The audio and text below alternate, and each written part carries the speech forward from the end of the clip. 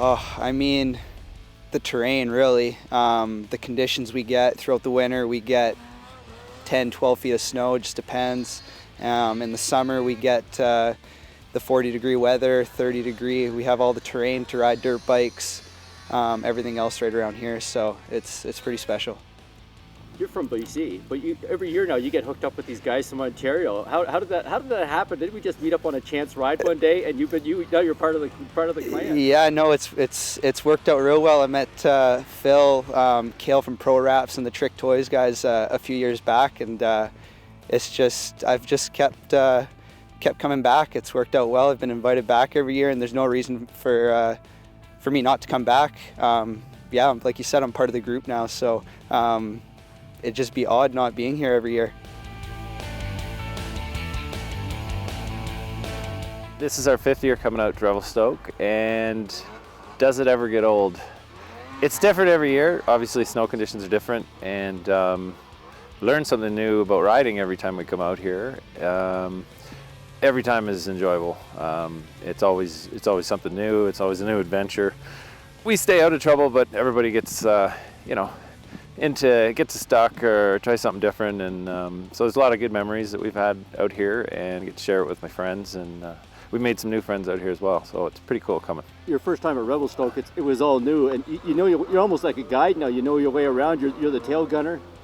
I don't know if I would say I know my way around. I recognize things on the mountain, and I've been to places before and I remember, but I don't think I would go so far as to say I'm anything close to being guide worthy, but I can help people out, and I can get to places, and I do my best, and it's fun.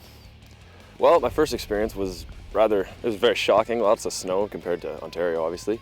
Now I've sort of picked up on the riding. I can side hill, I can carve properly a little better than I could when I first started, and it's more enjoyable when you know what you're doing, but it takes that a couple times coming out here to figure it all out. But no matter whether you're a pro or you're just a beginner, it's so enjoyable for everybody. On a nice beautiful day right after it's done snowing, it's such deep powder, and there's so much that if you stop you have to crawl out, and but it's very smooth, very nice, and there are groomed trails at the hill, but when you get into the backcountry and in between the trees, it gets pretty dicey, and lots of deep snow, and it's a lot of fun.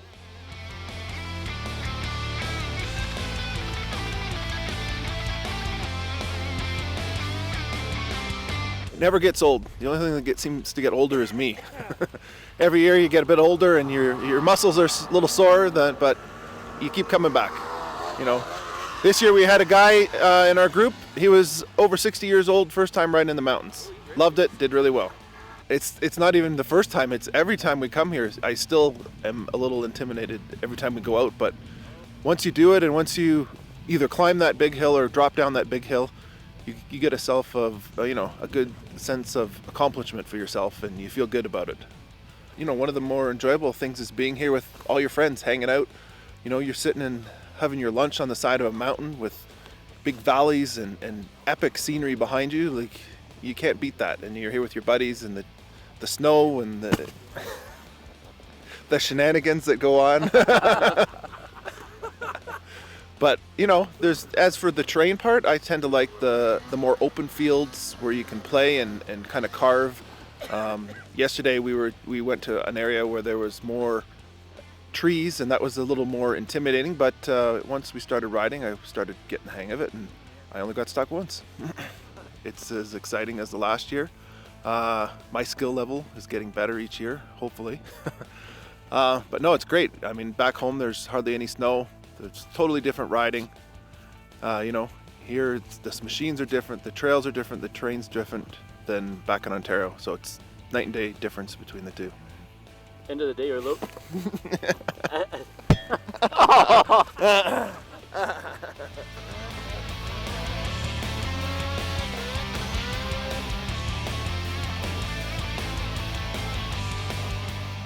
Well, it was kind of an idea with us group guys that come out snowmobiling every year, and we're trying to figure a way that we could get better footage of while we're riding a snowmobile.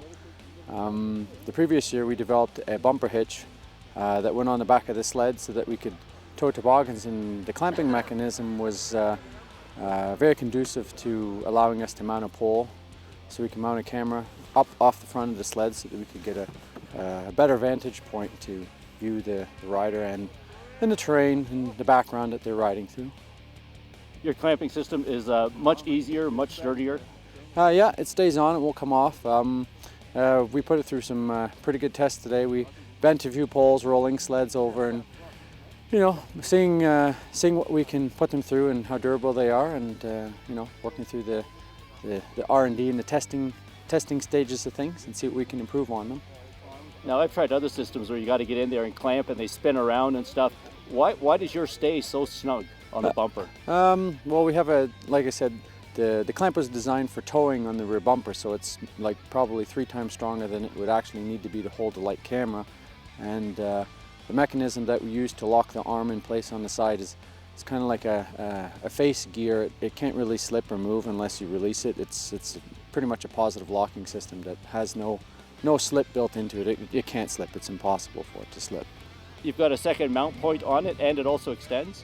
Yep, it extends up. We're talking with the guys, see if we can improve, maybe get a longer pole so we can get an even higher vantage point. But yeah, it does extend, and it also come back down. It can flip around, it can mount out sideways. It's fairly ambidextrous. It can be mounted in several different positions. The gear mechanism that we use to locate the arm does have the ability to be moved in increments of about 20 degrees. So, every 20-degree increment, out to the side, up, back, in a lot of different locations. You can basically set it up pretty much any angle you want for any view you want from the front of the sled.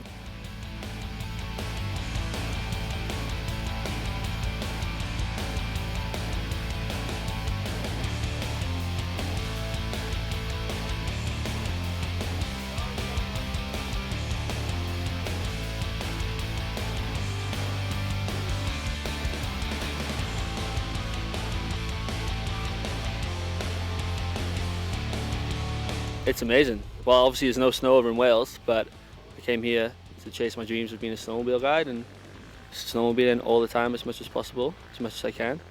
And it's amazing, it's unreal.